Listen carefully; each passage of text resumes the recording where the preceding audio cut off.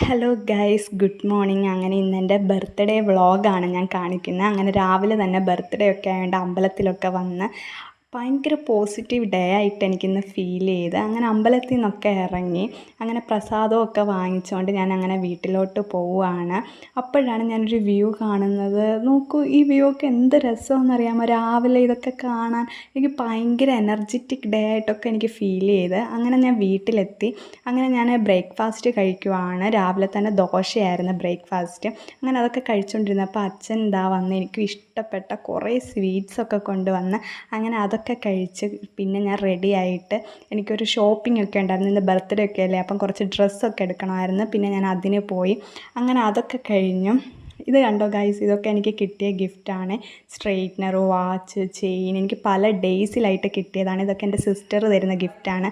കാര്യം അവൾ വർക്ക് ചെയ്യുവാണ് എറണാകുളത്ത്. സോ ബർത്ത്ഡേയുടെ അന്ന് അവൾ വീട്ടിൽ കാണത്തില്ല. സോ അതിന് മുന്നേ എനിക്ക് തരുന്ന ഗിഫ്റ്റാണ് ഇതൊക്കെ, വാച്ച് ഇതൊക്കെ. അങ്ങനെ അതൊക്കെ കഴിഞ്ഞു ഞാൻ വീട്ടിലെത്തി.